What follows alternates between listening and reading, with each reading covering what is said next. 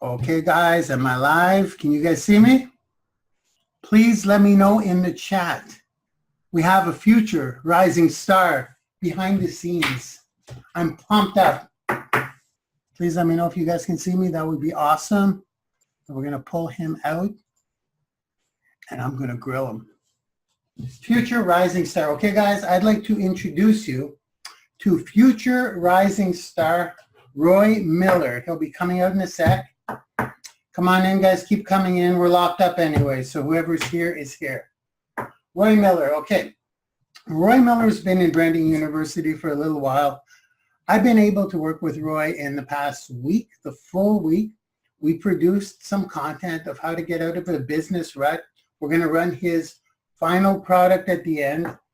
But I want to get to know Roy a little. Actually, it was all work, no play when we were doing our thing. And Roy, I'll tell you guys a little bit about Roy. I'm going to work on my introductions here, something I need to work on. Roy Miller was a project manager for electrical contracting and construction for 47 years. He started in this business when I was born in 1971. In the late 90s, he started following online marketers such as Corey Rudel. We may touch that a little bit. We will touch that. Because I know Corey, for those of you who don't know. I may hog some of his time, as I usually do. Full-time online marketing with no success, and now he's been in the game since 2017, since he retired. Roy is just at the brink of hitting F1 rank. I'm going to predict a couple of things. I'm going to predict that he's going to hit F1 in the next 30 days in Branding University. And I'm also going to predict that you're going to be seeing and hearing a lot from Roy in the near future. And I'm also going to predict that Roy will be teaching his own, I'm going to say it, his own mini course in the university as a professor. And I'm also going to predict, as a little side note, that Roy's going to hit top rank by May in our network marketing company. So, without further ado, come on out, Roy. Hello, How you Mark. doing, buddy? I'm good. How are you? Awesome. That's a clear camera you got right there. So, my friend, how was the week? How was the week? Was it too rough on you? No, it was a lot easier than I expected, actually. Yeah? Yeah. You killed it, brother. You killed it. You did it pretty fast. So, are you excited about what the future is bringing? I'm very excited about the future. Yeah? So I think I'm going to start off with the first question and we're going to jump right in. Fair enough? Okay. Okay. Roy Miller, tell me and the people about yourself. Okay. Well, I live in Dallas, Texas. I was born and raised here. As a matter of fact, I've probably lived within a 10-mile radius my whole life.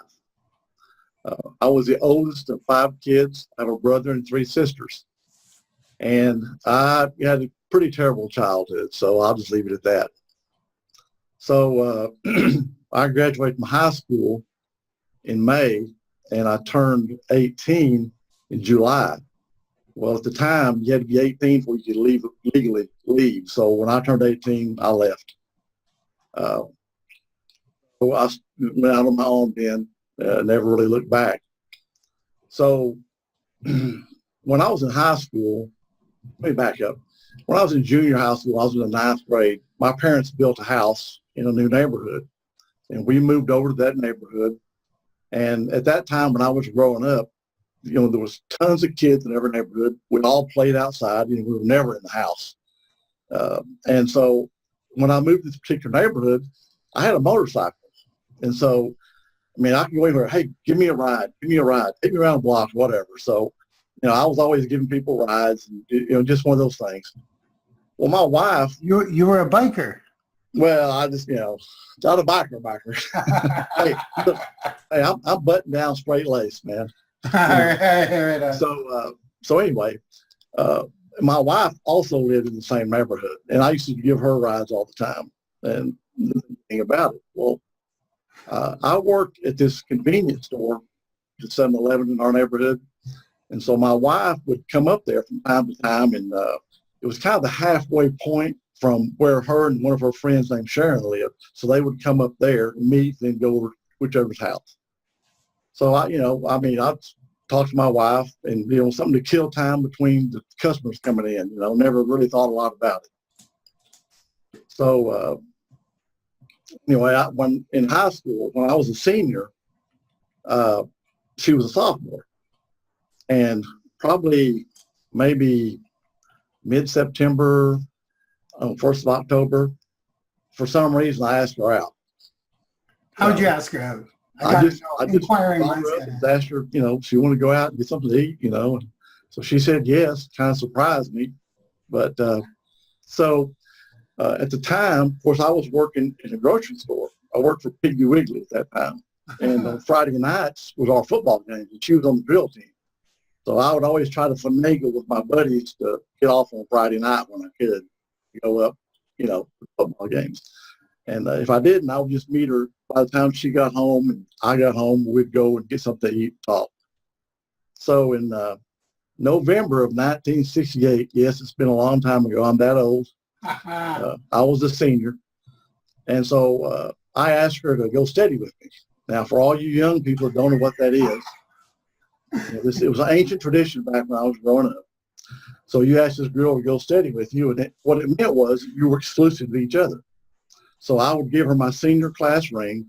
She wore it on the chain around her neck, which was a sign to all the other guys, she's taken, stay away.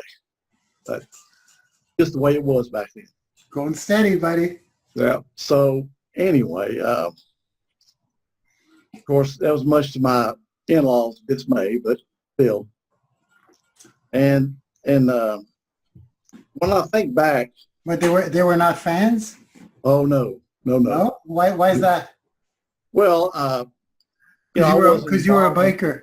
Well, no, I just wasn't involved in sports. I wasn't,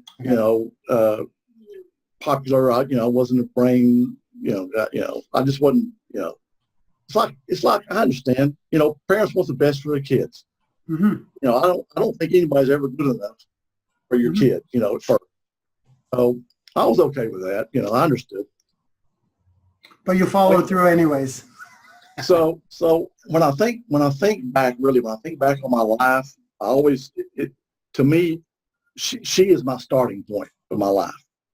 November of 68 is really where I consider my life starting. So, but now this is going to sound corny. I mean, I'm okay with that. I understand, but when I started dating my wife, and I can't explain it, but I knew she was the one. I mean, I just knew it. She was the one I was supposed to be with. I mean, it was, we still kind of laugh about it. But would you like some Kleenex? I may. Beautiful. I'm loving this. May have to, but so in her senior year, I was already out of school. Right at Thanksgiving that year, I went to her dad and told him I wanted to marry her. Her dad was a great guy. I mean, he was. So I think he pretty much realized that we were going to get married whether they blessed it or not. Honestly, I think that's kind of but he said, okay, fine. He was okay with it. So at Christmas of her senior year, I gave her an engagement ring. And then she graduated in May, and we got married in June. And we still talk about this and we laugh about it, but I never, ever really asked her to marry me. I asked her dad was okay if I married her, but I never did really ask her because I just assumed we were going to get married. I just took it for granted. So, but anyway, so I have to tell you that story to kind of go back to my career. So after I got out of high school, I didn't really want to work in the grocery store. I couldn't afford to go to college. So I just didn't really know what I wanted to do. And I had an uncle that came by my parents' house one time, and he was asking me what I was doing since I was out of school. And I said, well, I'm working in the grocery store. I'd like to find something else. He goes, well, how much money do you make? And I told him, he goes, oh, man, you got to be kidding me. He said, I can get you a job making twice that much. Because he was a carpenter. So I said, really? And I wouldn't have to work nights, wouldn't have to work weekends. I was sick of working nights, weekends, and holidays, when I was growing up. So I went to work for this construction company. And it was hard work. And my first week, because I started in the summertime, and it was so hot out there, I got sunburned. I mean, I was baked. The backs of my ears had scabs on them. They were so sunburned. But I loved it. I really loved it. I liked being outside. I liked seeing things. And after a while, I got to thinking, if I'm going to do this, which I liked it, I looked around at all the other trades on the job, and I thought, I'd really like to be an electrician. I think they've got a really good deal, And so I talked to some guys. So they said, well, you need to find an apprenticeship program and go join an apprenticeship program. So I didn't know what to do. So I'm calling people, asking people, I guess, they say, a blind squirrel finds an acorn every once in a while. So I happened to be going with my wife to a friend's of ours. We were going to watch this 4th of July fireworks. Her friend's parents lived right across the street from the park. So Nancy was asking me, what are you doing now? And I said, well, I'm working construction and I'd like to be an electrician, but I don't know how to find an apprenticeship school. She says, well, my dad's an electrician. I go, yeah, okay, sure, whatever, And she says, matter of fact, he teaches in the apprenticeship program. Yeah, sure he does, So after the fireworks, we go back to her house. And we go get her dad. He comes out, this is what we're doing. And so he said, yeah, I'm an electrician. Yeah, I teach there. Yeah, that's why I'm thinking about getting in. So I'll bring you an application. They brought me the application. So the year I applied, 888 people applied, and they took 80, and I didn't get in. So I asked this guy, what should I do? He said, we'll call the training director and go find out why you didn't get in. So I called the training director. I met with him, and it was kind of brutal. So we go in this big conference room, we sit down, and so he comes out, and he says, well, he holds my file. He goes, whew, how did you graduate from high school? So, well, barely. He goes, you failed plastic shop? Well, yeah.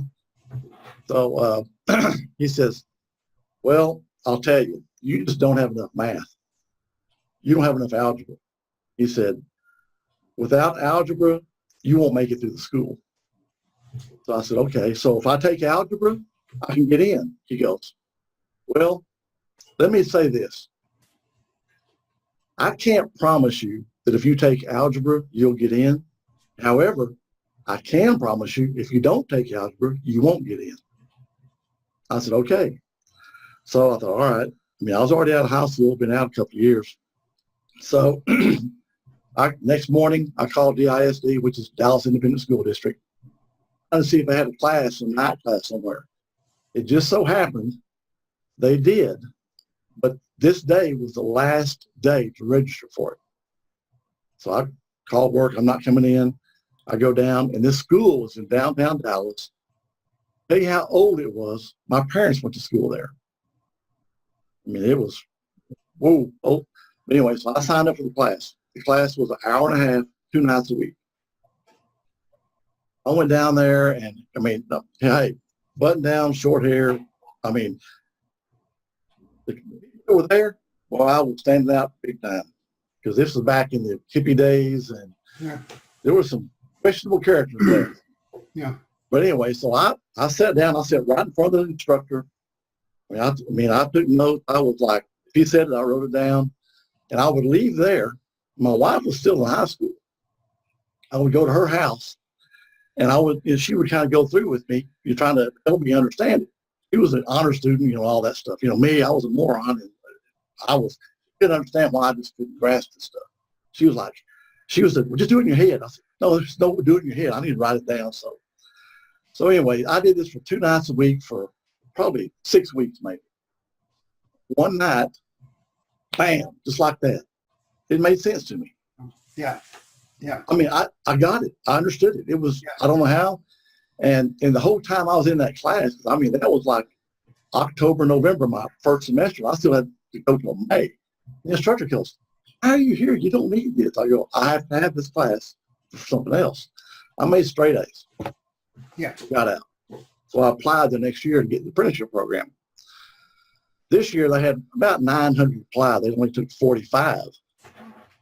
So, I went for my interview, which was not pleasant. But so about a week later, I got a letter saying I'd been accepted. Awesome. So I started out. I got. I have so many rebuttals. I'm going to just jump in real quick because there's a lesson here. The first time 888 applied, they took 80. Then you decided to be coachable. What do I need to do? Right. They told you what you need to do. You did it. It wasn't clicking. So you basically force-fed the information. Then all of a sudden, it felt like it clicked overnight, right? Exactly. And once you've done that, there were 900 more applicants than 888. And they were only taking 45 when they were taking 80 before. And now you got in because you were coachable, because you did the work, and because you persisted. Yeah. I never thought about it that way, but yeah. It applies to why you're succeeding now. I'll let you continue. So where was I? I got married on Friday night. I started in the apprenticeship program on Monday morning. And my first day, I went down and me and 3 or 4 of the guys stood there, so the guy comes out, okay, guys, there's no jobs. Go home and come back tomorrow. What? No jobs? I just got married, so I go home. It's like, like 1 o'clock in the afternoon. So my wife comes home from work and I'm going to sleep on the couch. And she's going, well, how'd it go? Where are you working? I said, I didn't get a job. She goes, what do you mean you didn't get a job? We just got married. You didn't have a job. Well, anyway, I got a job. But so school started the day after Labor Day. We had to go to school 4 years. We went to school 2 nights a week for 2.5 hours a night. So we worked all day, went to school. And school was pretty rigid. I mean, you had to make 90 on your homework, or you had to redo it. You had to make 75 on your test, or you had to redo it. And if you started making those, you were getting by like a 90 or 75, they would call you down to the committee and want to know what your problem was. Were you not taking it serious? Because they would kick you out. I mean, like, boom, you're out of here. Yeah. So, I mean, I studied, I worked hard, and just as a side note, this always killed me. There was a guy in my class, real smart guy, nice guy. I would spend all weekend studying for a test. I mean, literally, I would spend all weekend studying for a test. I would make notes, and my wife would review me. And, she'd say, well, so-and-so. And she goes, no, that's not right. You're not even looking at the notes. She goes, I don't have to. I know the questions. mm-hmm. God, you're killing me. Yeah. So anyway, Jack, we'd go to class. He'd say, hey, Miller, let me see your notes. He'd read my notes for 10 minutes. We'd take the test. I'd make 96. He'd make 94. I studied all weekend. He studied 10 minutes. You got the best notes, man. And I mean, all 4 years of school, he never opened a book. He'd say, hey, Miller, let me see your notes, And, we were right there. I mean, but anyhow, so at the time I was going when I started, they only had recognition for one thing. Into the 4 years, they took the top 10 people, did a competition, and then out of that competition, they picked what was called the Outstanding Apprentice. And they got a big plaque, and they got like it was $150, I think, which was a lot of money back in the 70s. Yeah. So in my 3rd year, they decided they were going to give those recognitions each year. And so there was 2 awards in every class. There was the Hard Hat Award and the Golden Pliers Award. For the 3rd year, I won both of them. Yes. Then in my 4th year, I also won both of them. And I was selected the overall Outstanding Apprentice for all 4 years. Amazing, buddy.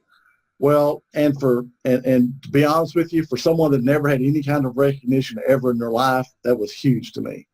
It was huge. Hey, Can I jump in? Sure. It's like you found your groove, and once you found your groove, you focused on that groove and just crushed it. Yeah. Because right now I handpicked you. You know that, right? Yeah, and I always wondered why. I see things. I see things. It's amazing because outstanding apprentice, and then you just started raking them in. Boom, boom, boom, boom, boom. The groove is there. You're a rising star. There's only 5 of you now. I brought you in after. I know.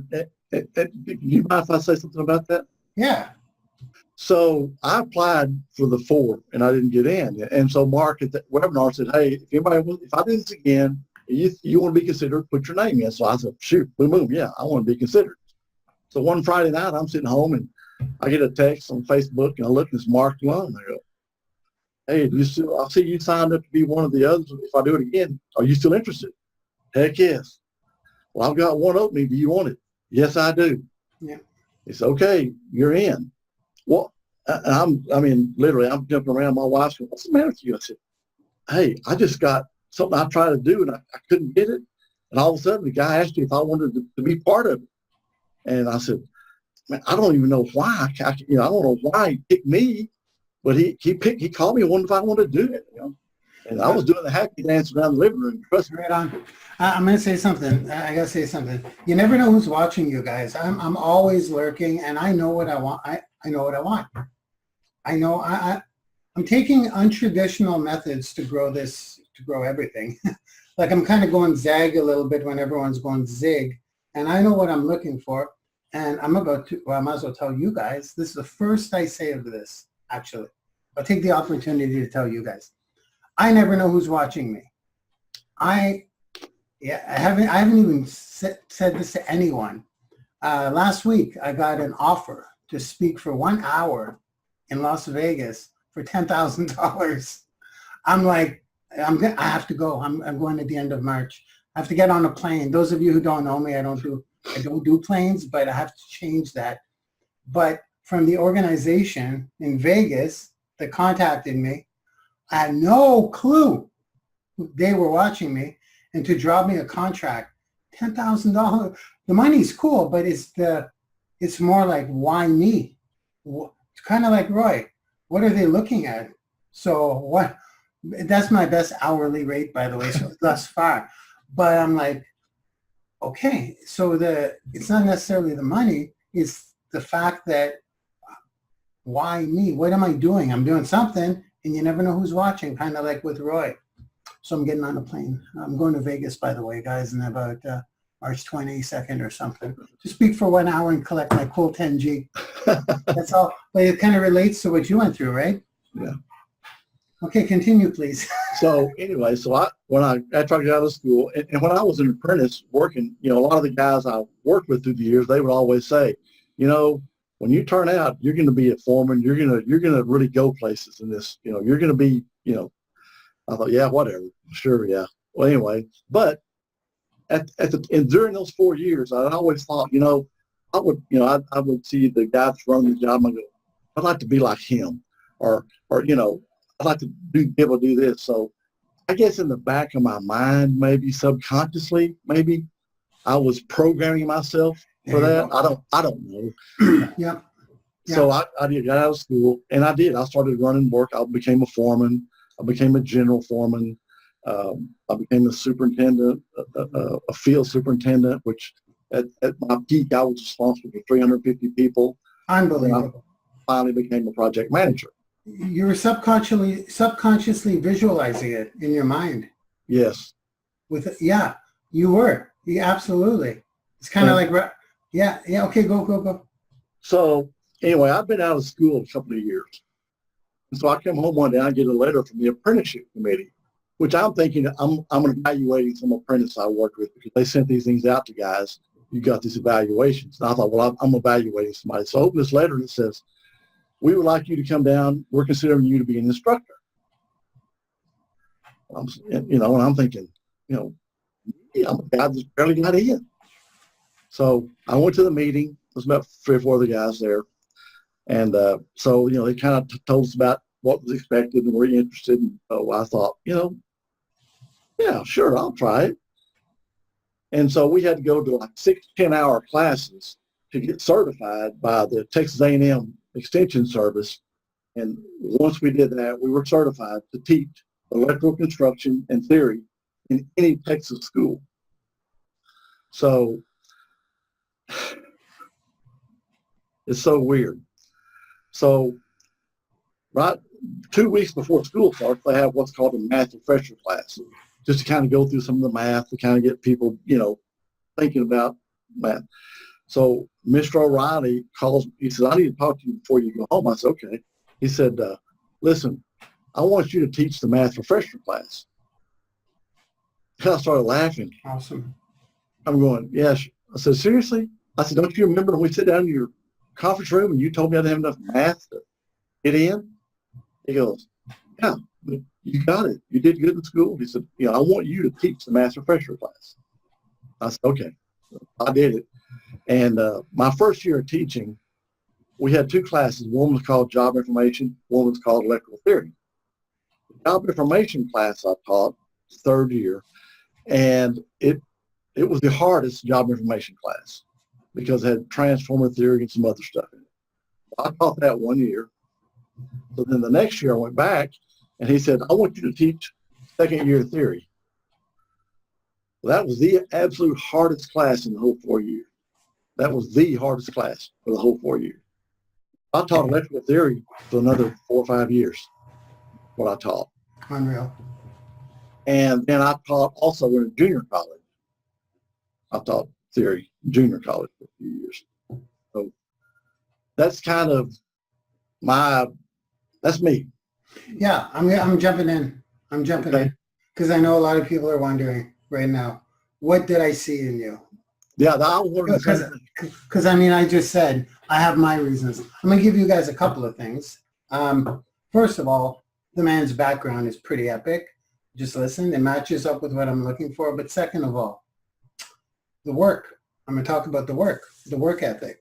I don't think I mentioned this to you, Roy, yet, or I don't even know if I would have mentioned it to you.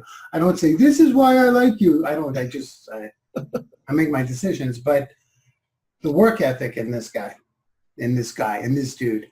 When we were working together last week, we were banging out 3 pieces of content in less than an hour. We were banging them out because I asked him to prepare.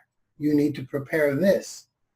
Roy comes to the meeting prepared. I mean, the notes were down. The story stitching was there. It was all written down. It was like there was nothing left for guessing. It was all done. I'm like, are you ready? He's like, yeah. And he's got it all on paper. I'm like, he did the work. And then I go, the guy does one video over the past 2 or 3 years or something like that. Then I ask him to take action. How many videos did you do in one day, Roy? Oh, I did about 5. Boom. The guy right here, right there. Roy's work ethic is there. You feed somebody a little bit. If you guys, a little tip. If you guys see someone with work ethic potential, WEP, WEP, new hashtag, work ethic potential. I like that. I'm going to keep that one. Work ethic potential, you use them. Use them. Find them. And well, I'll tell you, Mark, if you were to call anybody that knows me at random and say, tell me about Roy Miller, and the first thing they're going to say is, he's the hardest working person I've ever seen in my life. Boom. Hey, what do they say? Hard work beats talent when talent doesn't work hard. It's true. Hey, listen, I am not talented myself, and I'll tell you that much. Me, it's just work. It's work. And I happen to be a genius, in case you guys didn't know.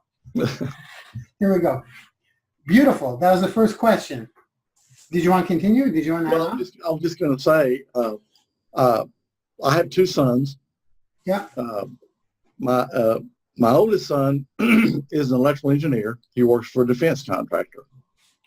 And And Congrats. one of the things that I remember, there's a lot of things, but one of the things I remember that was really hard for me is he graduated from high school, and like within 2 weeks, he was getting on a plane to go to the Naval Academy. And that was the hardest thing with him I ever did. When he left, I was in the terminal bawling, you know, and it's just it was really tough. I mean, it was great for him, but and then he said when he got on the plane, he wanted to cry. Yeah. And then I have another son, my younger son.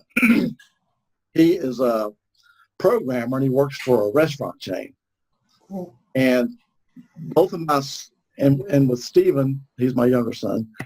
One of the things I remember most with him is when he was 14.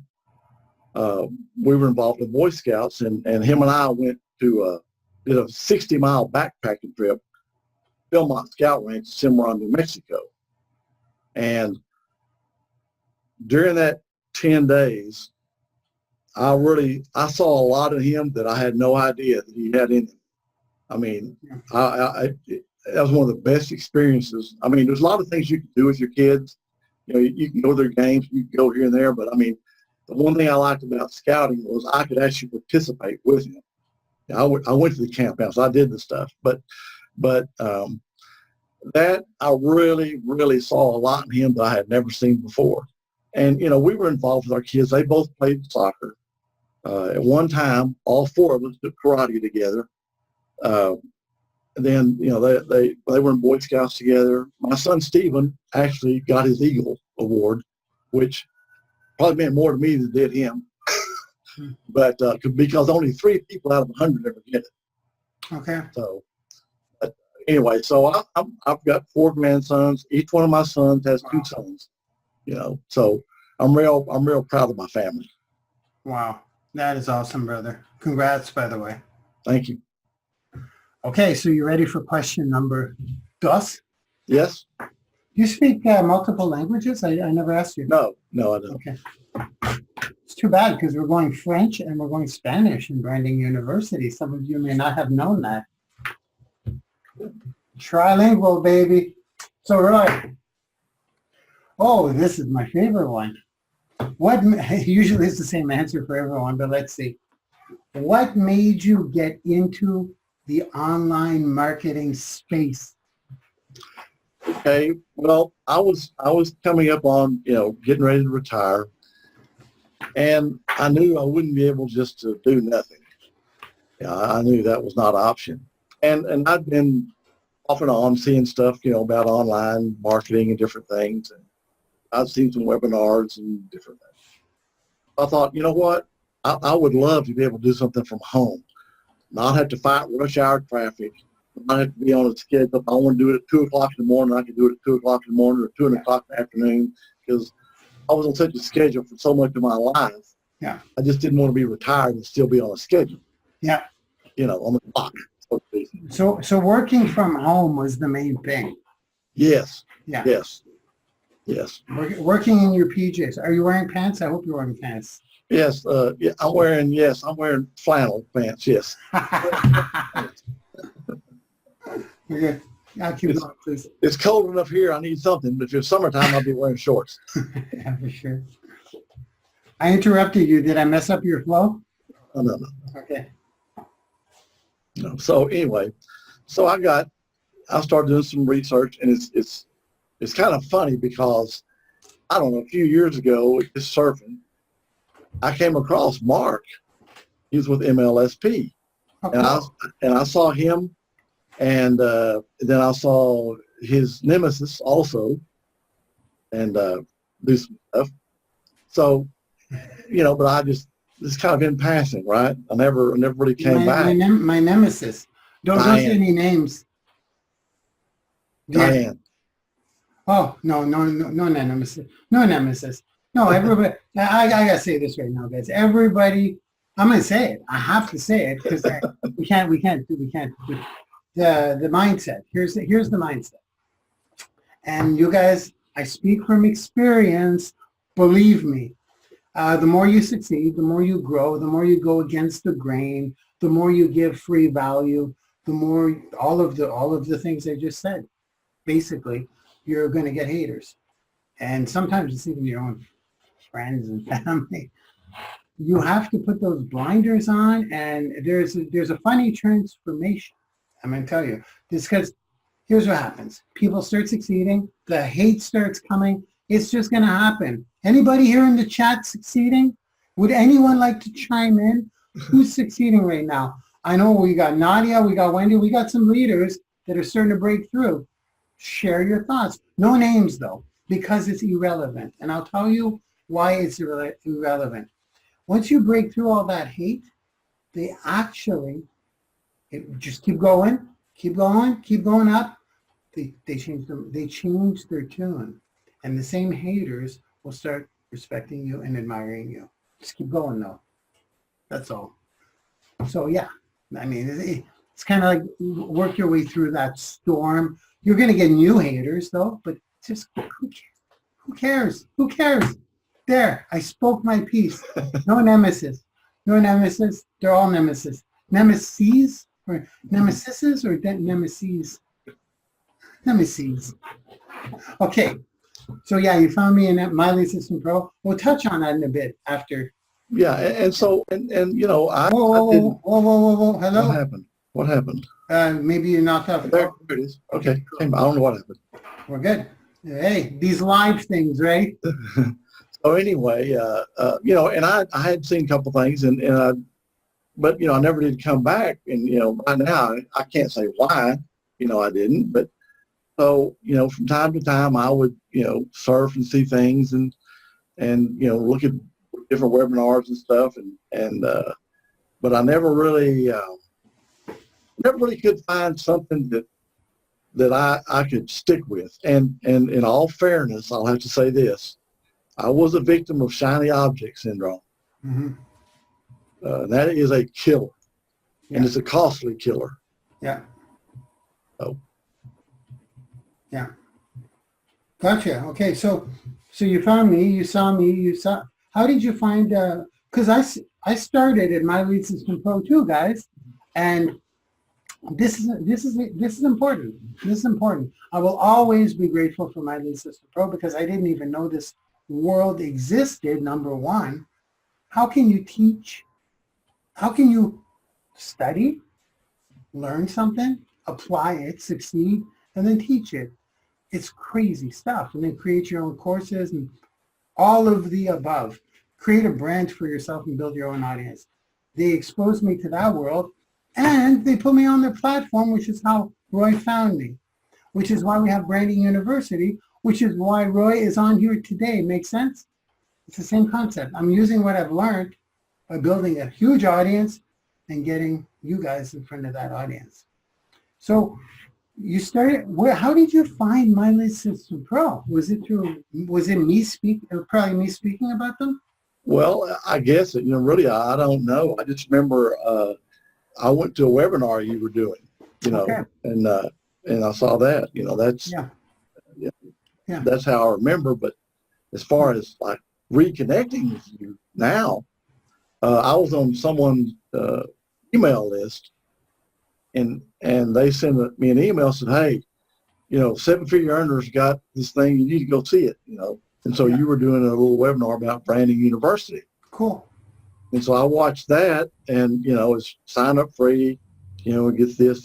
So, and I thought, well, you know, I'll watch it. I was impressed.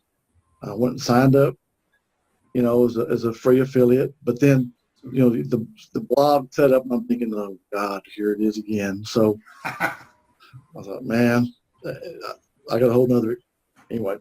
So I went through it. I mean, I started setting it up and it really, the videos were dead on. Do this. I mean, I'll zip right through it. Yeah. And for me, that was huge. Well, you got to the Facebook page, so I said, screw it. I'm signed up as a platinum partner. Awesome. So I signed up right then as a platinum partner. Yeah. The fact that you're fixed. Yeah. The stuff was there. Yeah. You assume nobody, there's nothing taken for granted. You know how to do this. It's like, Go here, do this, click this, do this. So Yeah. that's what I've been looking for. Yeah. Yeah. And we're doing that that's on the internal level right now. We've done it on the internal level to Platinum Partners, but the general public does not have that yet, which is, it's a problem, but it's on the list. It's on the list. Once those little 2-minute videos are all over the friggin' website, like literally, they're going to be question mark icons. It'll say, click here to learn about that with an arrow. People click, it'll be like in 2 minutes what that does. Once that's all over the place, and every single Tuesday night, we have a live instructor such as Roy Miller teaching the onboarding session live where you could ask questions. Game changer. But thank you for noticing inside the Platinum Partnership. Pretty simple setup, right? Yeah, that will be huge. That will be huge. Yeah, because guys, I mean, if you have a blog that you can put your own offers on, you can update it. An 8-year-old can update it. You can put your custom pixel so that anyone who lands on your blog goes into your Facebook audience, and you see all of your students in your back office. You could contact them and sell them whatever you want. You're good. It doesn't need to be more complicated than that, and plug into the education. Thanks for noticing that. So you set up your blog and everything. Yep. Pixel too? Pixel too. That's a sweet little training, eh? The 9-minute training. It's I know. a learning curve. I know. It took me 6 months to figure out how to put in a pixel myself. So it's like that training. Every time I rewatch it, I'm like, wow, you've outdone yourself, Lalonde, on that one. It took me a long time to do. Don't let the shortness. When you see a short video of mine, be aware. It took a long time to make. Okay, awesome, brother. So let me see. Let me see if we okay. What has been ready for the next one? Sure. I'm loving this. I'm loving this. What has been your journey in this business? What's your journey been like in this business, past, present, like what you're excited about now, and where you see it going in the future? Okay. Well, in the past, you know, I like I said, I've bought stuff, I've signed up for stuff, and in my opinion, or for me, it always seemed like it started out great, but there was always something missing, or there was a technology aspect of it that I just couldn't get past. And so that was my biggest hurdle. But there's too many people out there having success, so I knew that just somehow, if I just stayed with it, sooner or later, I would have a breakthrough, or, you know, I don't know how I would do it, but there would be something out there that would finally, you know, say, okay, this is what you do and how you do it, and it would work. And and that's really, honestly, what I found in Branding Youniversity. Awesome. And at that time, I decided that this is my focus. I'm not getting distracted. I'm following Mark. I'm doing what Mark says. You know, I'm a first grader. Tell me what to do, and I'll do it. You know, well, that's what I go to the Sunday webinars, and I take pages of notes. Yeah. You know, if I miss them, I catch the replay. If you're doing a live and I can catch it, I'll catch the live. Yeah. You know, I watch the replays. You know, so awesome. I'm hanging on to every word you say, pretty much. Awesome, and you're doing the thing. Take note, guys. Take note. You're going to know the name Roy Miller in a year from now. Absolutely. It's funny. I use that too, by the way. If someone else can do it, and I have no clue how they're doing it, like usually I have these mentors on my board. Right now I'm obsessed with Ty Lopez. Grant Cardone, I love Lewis Howes, I love Gary Vee, I love them all there, but Ty Lopez, whole other level for me. So if he can do it on those looks, no, but you know what I mean? Like I agree with you. If people are doing it, even if I don't know how to do it, I'm going to figure that out. I will, because they're doing it. That's my proof. If they're doing it, I can do it. $1 million days and stuff. They're doing that. $1 million days, hand over fist. So it's like, it's doable. And I'm getting there, But here's what I want to say about the technology. You're absolutely correct. I believe, who else? Here we go, a little bit of engagement. Who else feels like the technology that you need to learn, because we're working online, what does online mean? Technology. Mm-hmm. Who feels that the technology is either scaring them away from moving forward or puts them at a complete halt? In the chat, like that's a big deal. I totally agree with that. That's a big deal. You brought that up. So that was your past. Okay. Yeah. Right? How are you feeling now in the present? Oh, I'm excited. I mean, yeah. I've I really came a long way, even though I haven't, quote, had a lot of success, but the stuff I've learned and the stuff that I'm learning mm-hmm. motivates me to keep going, I guess, put it, because I know I'm just right there on the edge. Yeah. I'm fixing to step into it. I'm fixing to move to that level where I've got it. I'm there. Yeah, you're there.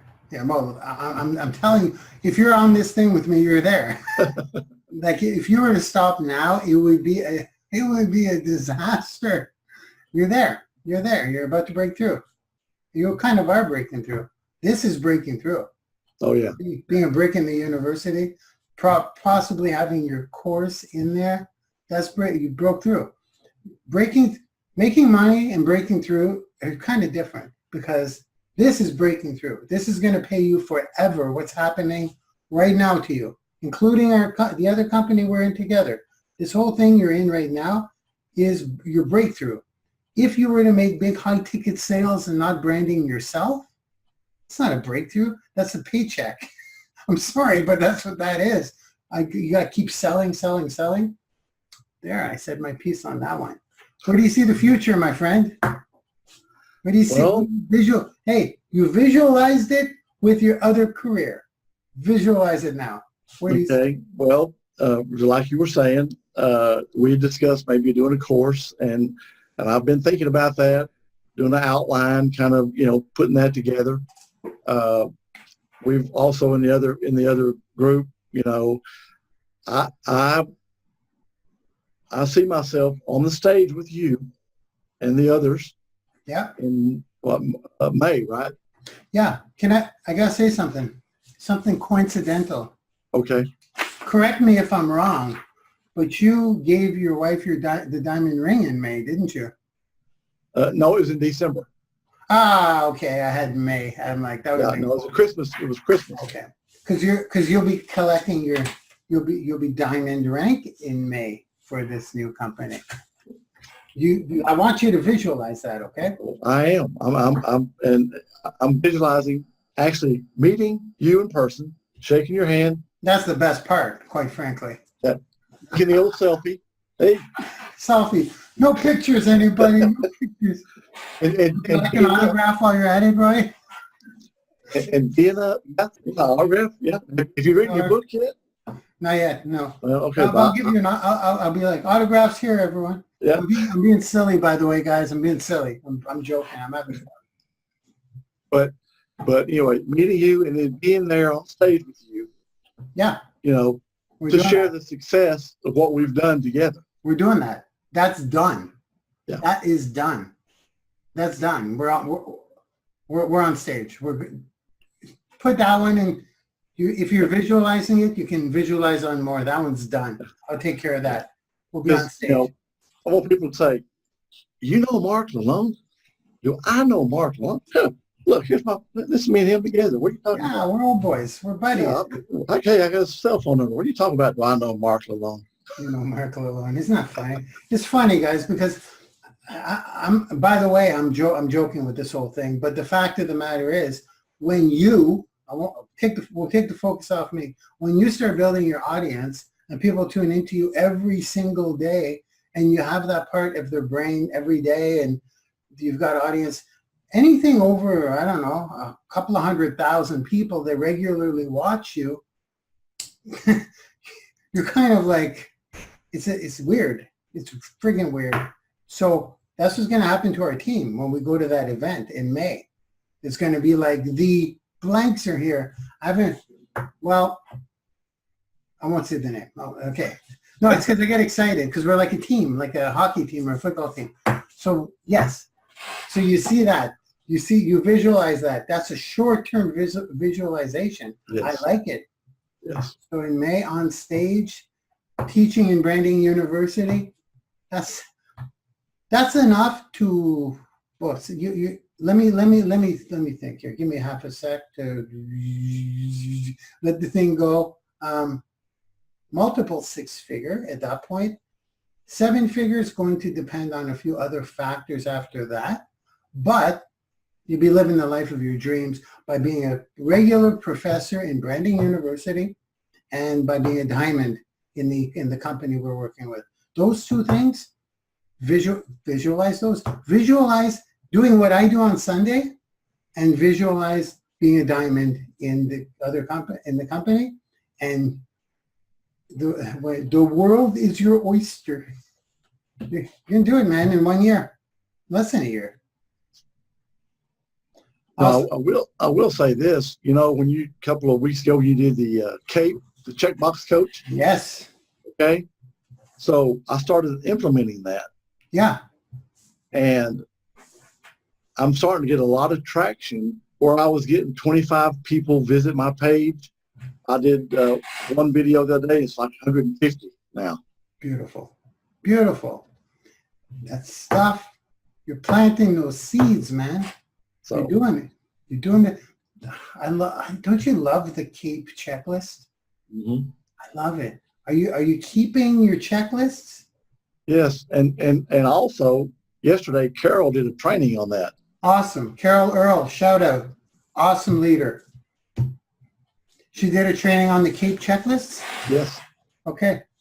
Maybe we'll have to have her on here. Maybe I'll have to open up a sixth person.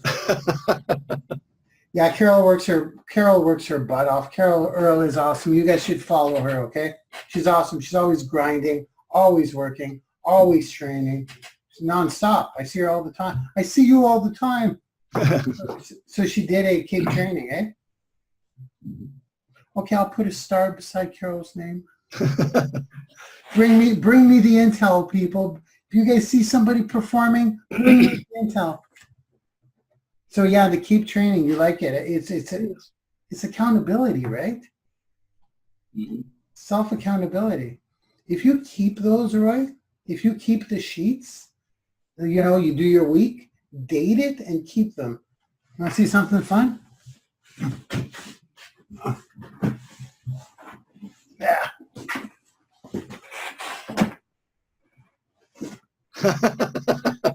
I never throw out any of my notes, ever. I got bins of this stuff. Do I keep them all? I keep every single one of them. So keep your checklists. Will they ever come in handy? Well, I don't know. Oh, there he goes. Oh, nice pants.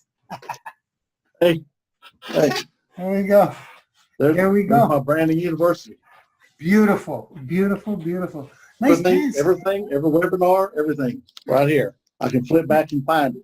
Here, let's take a selfie of our pants, okay? I got my shorts. Got my shorts, and you got your pajamas. Get up and go ahead and let's work. Here, let's try and get in the picture, and we'll do a work from home. Here, get your face in there, bend down. I'll be like this. There we go. Work from home. Good. I'll take a snapshot of that. Dress code optional. It's true. It's true. Whole reason. I love it. I love this work. I love this job.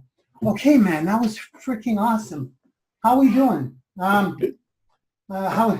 Holy moly, we only did 3 questions. That's okay. Here we go. Who have you learned the most from? How have you learned the things you know? Something to this. Who have you learned the most from? No, let's rephrase that. Share with me some of your mentors that you've learned the most from. Okay. There's a guy here in Texas. His name is Eric Louvier. Eric Louvier? Everett Louvier, yeah. He's down in Austin. Cool. He's a very, very successful. And I went to a couple of his weekend sessions, and for his all free training. I mean, he gives it to you. He's good. I mean, he's a probably a 7 or 8 figure. I know he's a 7 figure, probably 8 figure marketer. Can I get the spelling? Louviere, I believe. Perfect. I'll look him up. Oh, he's awesome. He's awesome? He's awesome. What does he do? Online marketing? Yeah, pretty much almost anything. If you want to build a business, he is a marketer. He shows you how to market your business. Yeah? Yeah, no matter what it is. Have you ever bought his course? Yes, I have. How much is it? A couple of grand? Well, most of them are, he's got some like 197, some of them, 197. His coaching, when I first started following him, it was $10,000. Now it's like $50,000. Yeah, for sure. Okay, cool. Thank you for that. I'll check him out. Yeah. But so I did learn a lot from him. Okay. And one of the things that he was keen on was you have to put yourself out there. You've got to give people value. Don't worry about if you can make $50 or $100. His saying was always, always give value to your brothers and sisters out there. That's one of his favorite sayings. Well, I did learn a lot from him. Yeah. And Just, probably one of the things that kind of, I guess, helped move me forward is, I don't know if you know who Alex Jeffries is. no, but I'm writing it down. Okay. Well, he was pretty big a while back, and he's in England, and he did a webinar. It was an event, actually. Tons of people there. Yeah. And he did a talk at the event, and after the event, he interviewed several people that were at the event. What did you think about the event? What did you get from it? Well, one of the guys that was there was a guy named Dean Holland. I don't know if you know who Dean is or not. Dean Holland.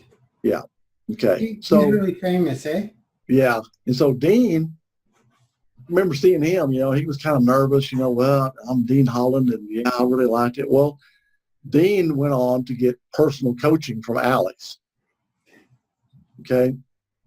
So Dean became successful. You can see Dean everywhere doing videos and stuff all the time.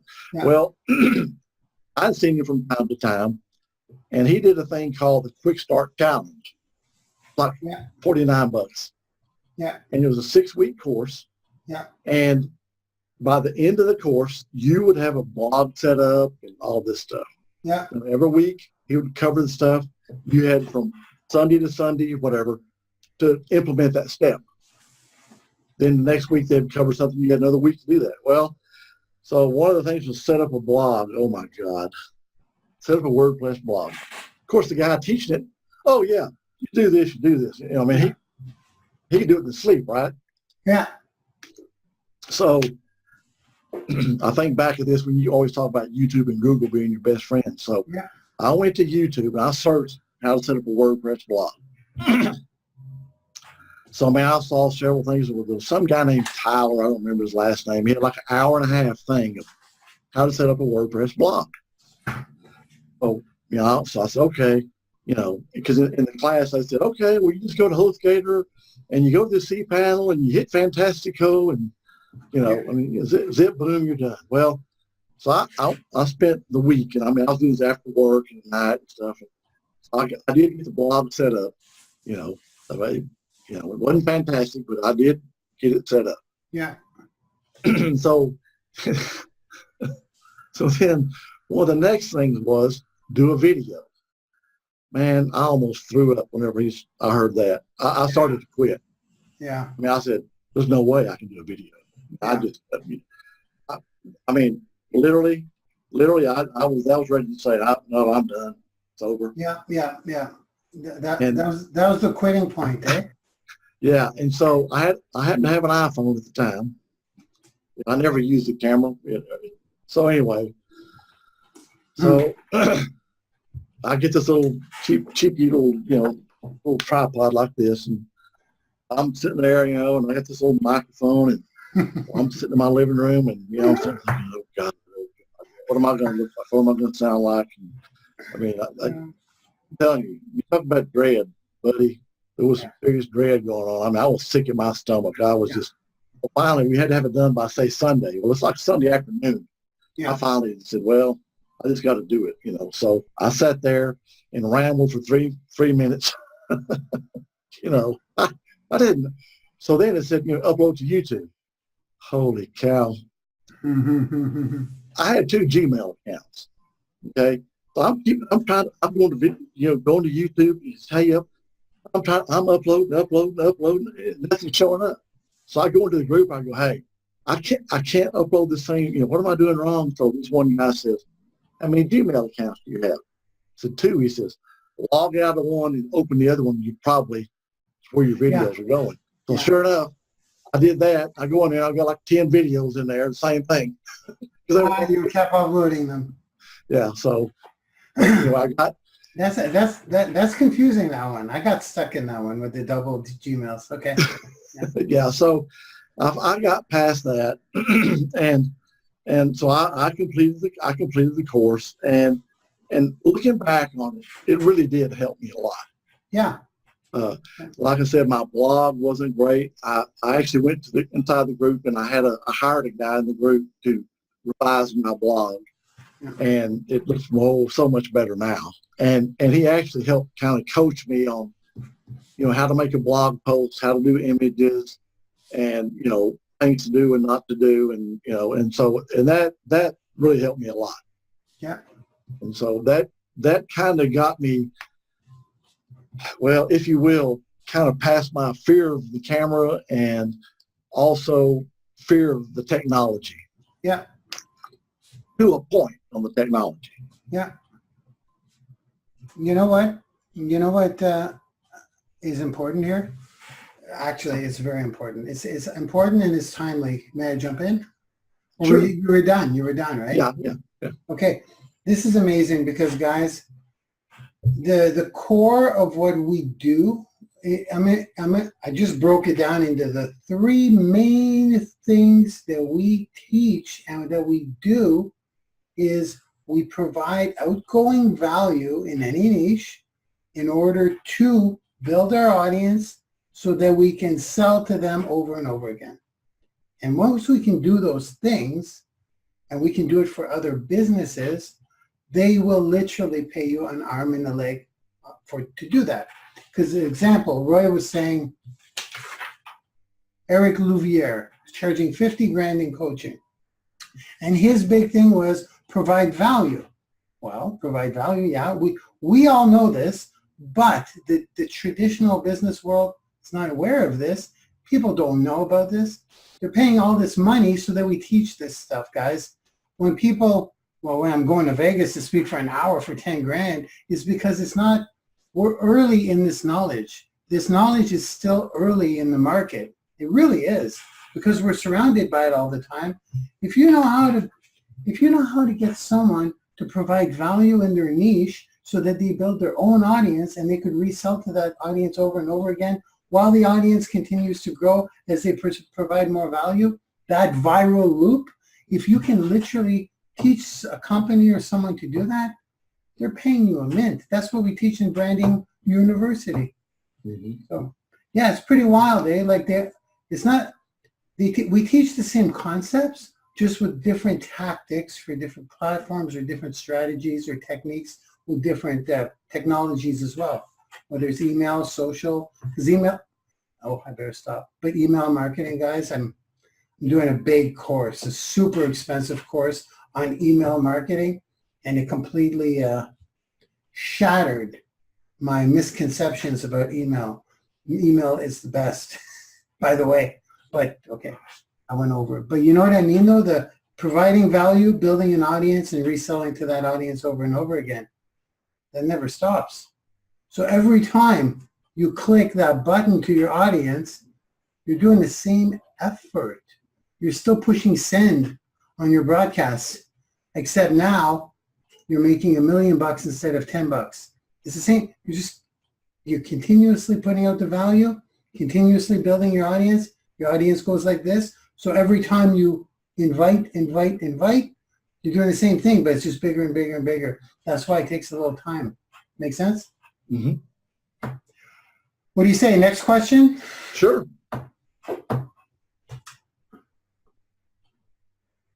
Your biggest takeaways. Your biggest takeaways from what you've learned so far. If you had to sum them up and maybe for the people watching. People watching, yeah. Biggest takeaways. If you could Number one, stay away from shiny objects. Aha. Don't get distracted. Find one thing you want to do, whatever it may be. If it's Facebook, for example, stick with that. Mm-hmm. Stay focused on it. Learn it. Find a coach, find a mentor, whatever it takes, but stay with that until you master it before you go on to something else. Because distractions will kill you, and I know. Mm-hmm. That's find someone, like for myself, I've started following Mark, and I've stopped with everything else. Mm-hmm. I'm here every Sunday for the webinars. If he does a Facebook Live and I can catch it, I'll catch it. Not, I always watch the replays. I've been in the training vault here, going through some of the stuff, the courses. I've got pages and pages of notes that I can do for content. Mark says you got to get your 100 pieces of content out there. And what I decided to do, because if one content piece a day, it's 3 months to get 100 pieces. So I thought about what Kobe Bryant said. I use math and figure if I could do 4 a day, I could do it in a month. Time machine. It's a time machine. Yeah. So that's kind of where my focus is now. Yeah. So I'd say stay away from distractions. Find one thing, stay with it. Find one coach or mentor, stay with them. Yeah.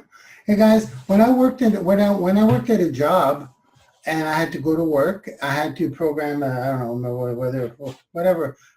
function, let's say, because I was a programmer. I had to do a job. I tried to break it apart, and I had to do this certain thing in the morning before my morning coffee. Go grab my morning coffee. Then I had another big chunk of work I had to do. Then I went to lunch. Then I had more work that I had to do, deadlines and stuff. That work ethic was, if I had to go to work and do the job and get paid, and I was working a lot, hard. So researching content, doing a video, and posting it to YouTube. What if you just went like you're going to a job? You do 4 pieces of content. If I did 4 pieces of content by researching the subject matter, watching a YouTube video, taking bullet points, and recording myself doing it. Watching a video, taking bullet points. If I did that 4 times a day, that would be less work than my regular job. So for sure. Yeah. So like one piece of content is nothing. When I went in a contest with Nadia Sabrati to reach 300 pieces first, there's some days I was doing 4. And I was like, that wasn't even that hard. So yeah, well done, Roy. Take Gary Vaynerchuk, who you guys must know him. If you don't know him, check him out. He swears a lot, so be careful. But Gary Vaynerchuk says now, like today, in this era, now is the time to double down on this stuff, and it is. So, well done on you, Roy. So I'm gonna chime in onto those takeaways because they're pretty epic. It comes down to focus, eliminating shiny objects, right? Yes. I'm gonna add to that if you don't mind. Sure. Shiny objects they're a killer, but shiny objects, you may also miss something if you don't just keep your radar on a little bit. And what I mean by that is that eat your vegetables first. For me, Ty Lopez is my guy. I need to buy everything he has, consume everything. Don't do that though. Maybe that's not your guy.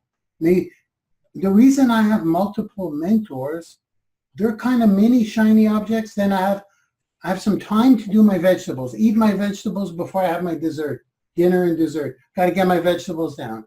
My content, my keep checklist. Get that down. That's in a training vault, by the way.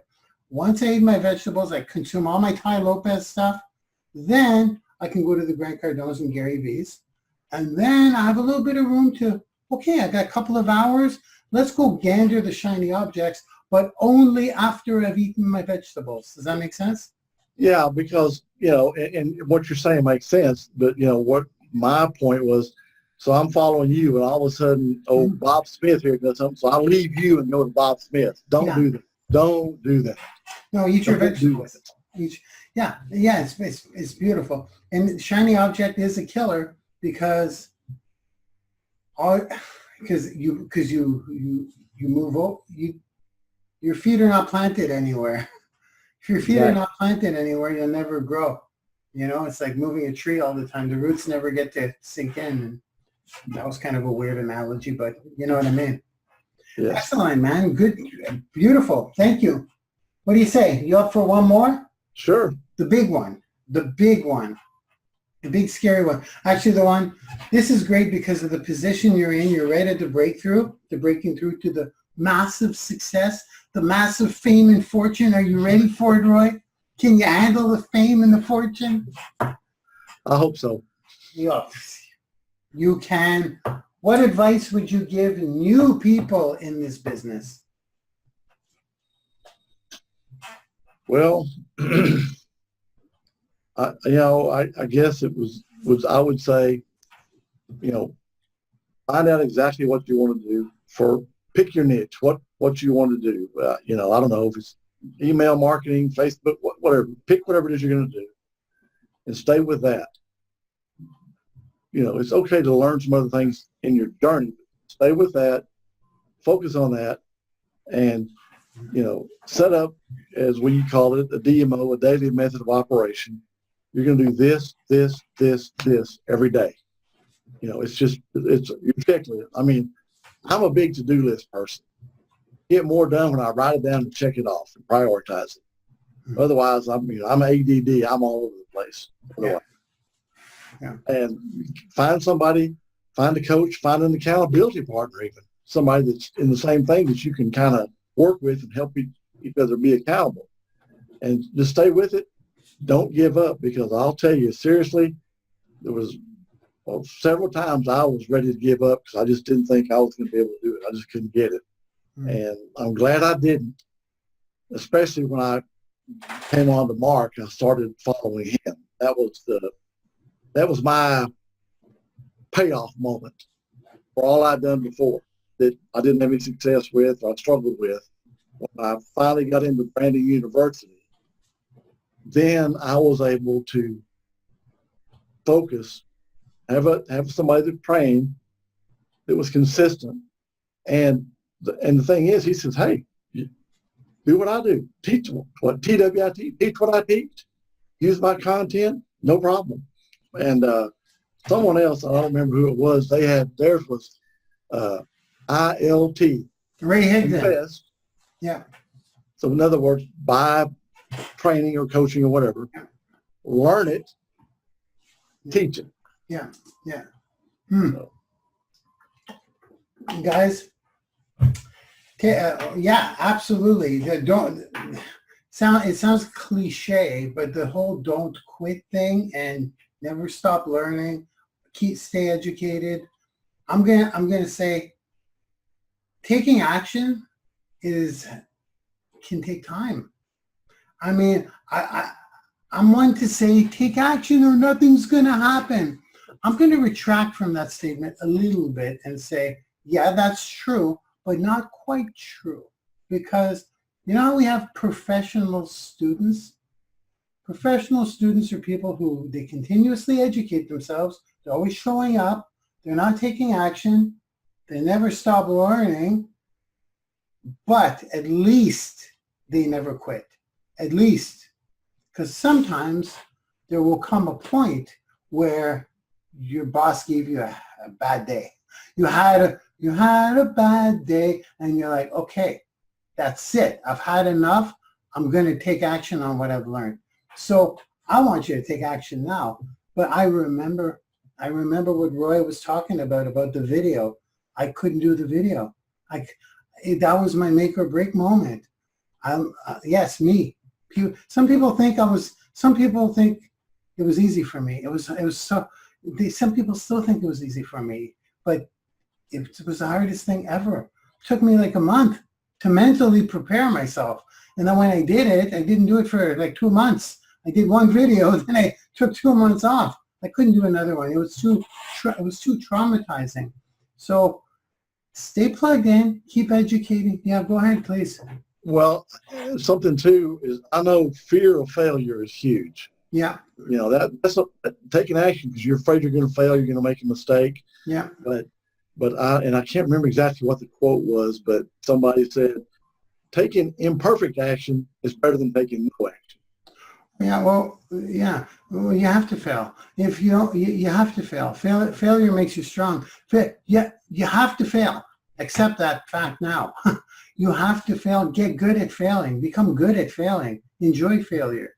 I was doing videos with Roy, and Roy was saying, remember you were in the video, you're like, I go, you should be rejoicing because for every you do, people wouldn't go through that. So you're plowing through. So every time I fail, I'm not even kidding. I learned to like failing. I had to learn it, but when I fail, here's what I tell myself. I go, ha ha, nobody in their right mind would have went through what I just went through. Therefore, I just eliminated a bunch of competition. I'm in rarefied air right now. So, yeah, fear of failure. You know what it is? It's not necessarily fear of failure. I'm going to explain this. It's fear of the opinions of others is what it is. Because when I fall on my ass on the ice, my ass hurts. I just fell on my tailbone. It's not the failure that I'm afraid of. It's who saw me fall. And that's what it is with friends and family. If you didn't care what they thought, anybody, you would fail all day long. You actually don't care to fail. You care about what other people think of you failing. So that's probably a lot of truth to that. Yeah, it's a lot of truth. Because when you fail, if no one saw you fail, you'd be like, oh, okay. Think about that for a second. If no one saw you fail, you could do it all day long. When I started doing cold calls, I was like, at first I was like, because there are a lot of F-bombs and stuff like that when I'm not good. I'm trying to call professionals. And at first it kind of tingled, but then like, you don't know what you're doing. But then I thought, I says to myself, nobody knows I'm even doing these. Only me. Like, I'm the only one who knows I'm failing here. So it was kind of a different mindset. But yeah. Hey, Roy, man, this is amazing, buddy. I'm going to say this. I'm going to say this, guys. I got to do the call to action. Roy is going to be an F1 leader in Branding University. Roy, I'm going to promote you for some free labor for me now. Okay. If you want to help, no, I'm just saying, if you guys want to get started and just see what's back there, I got to give the pitch because with every webinar that's scheduled for 2019, the fact that you can educate yourself, even if you're not taking action right now. Some people wonder how this game works. What are they even doing? How are they making money? The training vault, baby, the webinars. There's something that Roy said that was interesting today in the interview was he said he kept studying and studying and studying. Then all of a sudden it just clicked, right, Roy? What was it? I'm trying to learn math. Yes. Yeah. And that's how this game works. It just clicks. Like when I was, not to jump on a skill of mine, but when I was trying to figure out automated webinars, like because webinars convert to sell. And there were so many platforms and so many things to do, things to set up, plugging in a video. How do I make it look live? How do I run multiple of them per day? How do I get it across all platforms? It was so much information. But once the concept clicked, it clicked. Oh, a lot of things click. A lot of things start to click and more things start clicking, but the more you know. So number one is just dive in, plug in, start educating yourself. Definitely set up a free blog. Definitely get yourself a free affiliate program. If you're sharing courses, guys, I mean, we got tons of courses coming out all the time. In 2019, it will be record-breaking courses. You give those out, people are locked to you. Your PayPal email is in the system. We'll pay you. And contact Roy Miller. Listen, it's spelled the same way we say it, right? Roy Miller? Yes. Mm-hmm. How can they contact you? What's the easiest way? Well, I can give you my email address that I use. You want to do that? You want to do that? Yeah, Or go for it. Yeah. Go for it. Or my Facebook, my fan page is Roy Miller Marketing. Roy Miller Marketing. Let's do the email. Let's see what happens. Let's run it as a test. Email is marketing, marketing, the number 65, info, info, @gmail.com. I thought it'd be an easy one. Say it again. It's marketing. Yeah. The number 65. Yeah. Info. Yeah. @gmail.com. Why 65 info? Well, at the time I set that up, I was putting together a course on seniors retiring and going into online marketing. Nice. So the 65 that's kind of the retirement age here. Yeah. Hey, I like it. That's a course right there. Hey, the baby boomers and stuff, right? Yeah, exactly. And so, but anyway, Roy Miller, I couldn't get it anyway, so I had to do some other things. I love it. There you go, guys. Yeah. Write that down. Spam the guy. Watch how many pitches you get now, right? Marketing65info@gmail.com. You're about to go into about 1,000 autoresponders. Let's see what happens. Oh, Roy, it's been a real pleasure, man, and this is just the beginning, buddy. Yeah, thank you very much, Mark. I appreciate it. Okay, guys, we went over a big surprise, right? Surprise, surprise. So I'm going to let you guys go, and we're going to plug in Roy's final result, which he has not even seen. Are you ready? Are you ready to watch yourself, Roy? I guess. You got to learn to smile more. I'm just kidding. I got you smiling near the end. It's awesome. I love it. Beautiful job. And it's just the beginning. Okay, my friend? Okay. Okay, guys, I'm plugging Roy in. Let's say goodbye, Roy. Everyone, have an awesome Bye, everybody. Sunday. Thanks for watching. See you guys on social media. Bye-bye. Hey, guys. Roy Miller from Dallas, Texas. You ever feel like you're in a business rut and you can't move forward? Well, I'm going to share with you 10 strategies to instantly get you out of those business ruts.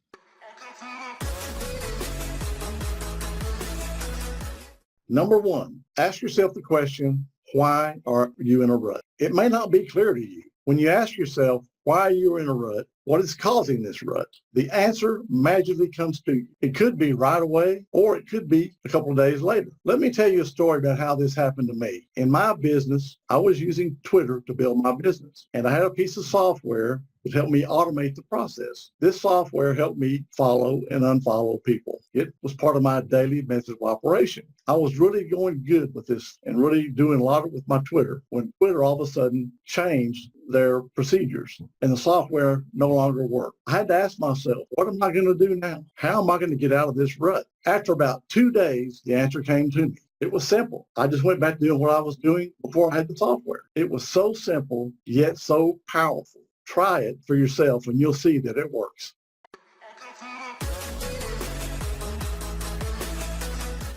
Number 2, what is your big reason why you're working so hard? What is the why that makes you cry? Your why is what will push you through. Here's a tip for you. The need to avoid pain is greater than the need to gain pleasure. When you are thinking of why you're working so hard to build your business, this will get you out of a rut. However, you should be thinking of how painful it would be should you not be able to get out of your rut, opposed to the pleasure that you would get having that brand new shiny sports car. The feeling of pain is much more of a motivation than the feeling of pleasure. For me, it's my family.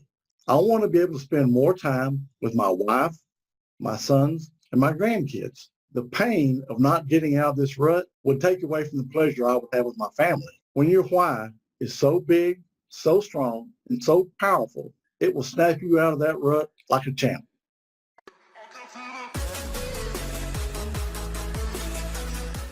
Number 3, remember where you came from. When you think of your journey thus far, instead of focusing on the rut you're in, think about how far you've come. For example, video. It's one of the biggest fears people have. Think back of when you started and how far you've come.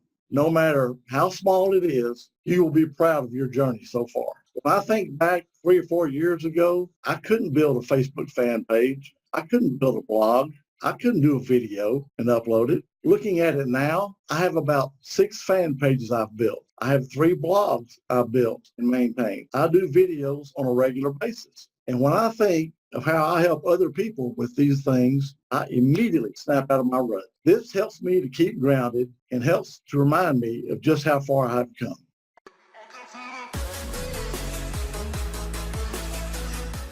Number 4, move, change, and improve small things around you. Whether you move a picture, something on your desk, or organize something around you, your video skills, or maybe you read a book to learn something new.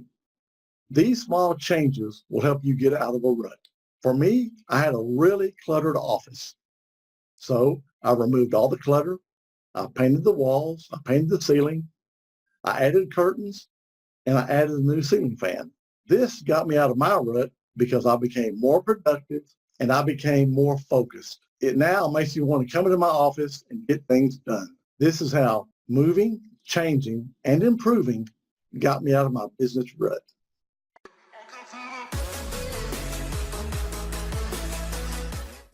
Number 5, introduce, acquire new people and things. Sometimes if you're in a rut, all you need is to give yourself a gift. Sometimes you need new people. You need new people to work with. In my business, I want to work with people that want to scale their business and their organizations and be able to duplicate themselves. I often feel like I'm in a rut because these people sometimes fail to take action. When I start to acquire new people, I get myself out of a business rut. I always try to remind myself that new people are the lifeblood of any business.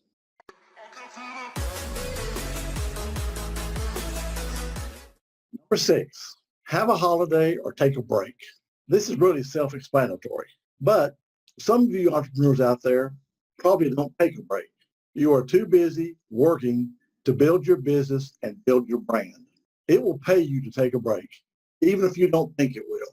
It is proven time and time again that this will get you out of a business rut. Even I have experienced this firsthand.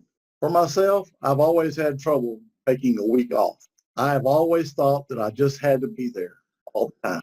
If I was not there, the job would not get done.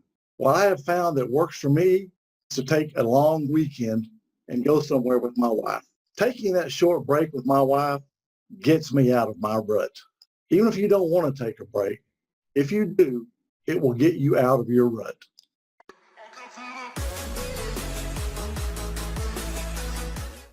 Number 7, goof off.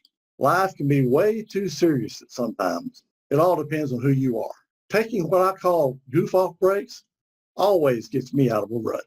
When I say goof off, I mean only for a couple of hours. This is when you do something that's non-work related. For myself, this always works. What I like to do is watch action movies. That always helps get me out of a rut. Another thing I like to do is watch or read biographies. I prefer historical figures, some celebrities, and famous people. For me, I like to see how these people usually come from nothing and go on to gain fame and success. This will always get me out of my rut.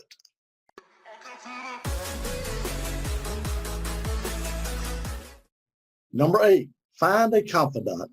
What do I mean by a confidant? We always try to think positively. That's what we do, right? But sometimes we just have stuff that bugs us.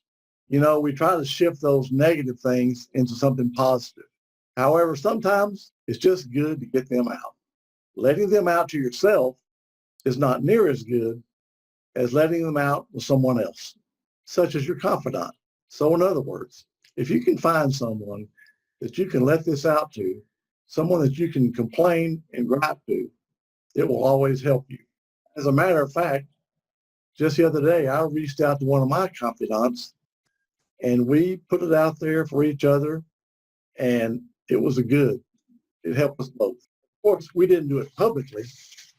Once we finished with each other, got it all out there, we felt better, and we went back to work just like we should.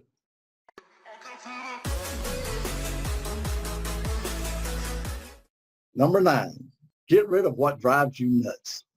It could be anything. It could be the papers on your desk, the broken calculator on your desk, or the files on your desk that need to be filed. But more specifically, and a little more aggressively, more importantly, get rid of the people that drive you nuts. We all have those type of people in our lives, and they cause us to be in a constant state of rut. You know, you have a couple of types of people you should get rid of. Some of them are on your social media. The best thing to do with those type of people is just block them. Random people on social media are no help to you. There's too much negative posting, too much political posting, and there are even those people out there that will have negative things to say about the business you're in. You don't need these distractions. When I get rid of these people, it definitely gets me out of my business rut.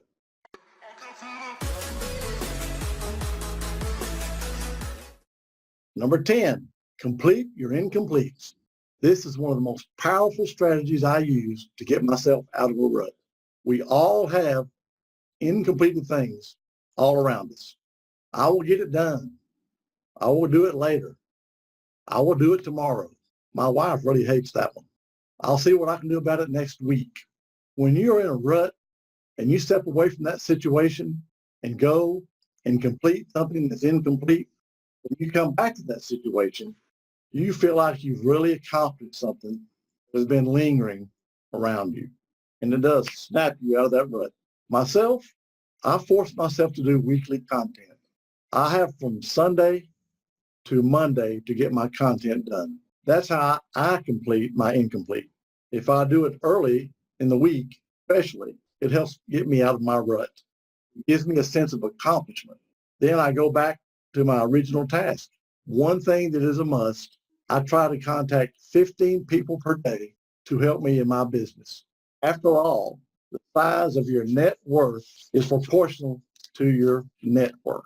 If I'm in a rut and I contact those 15 people and I complete that task, it gets me out of my rut. So if you guys apply these top 10 strategies, you're guaranteed to get out of any business rut. Now I have more value available to you for free, specifically for home business owners and entrepreneurs that you can access by clicking the link in the description. Roy Miller signing off. Have a great day.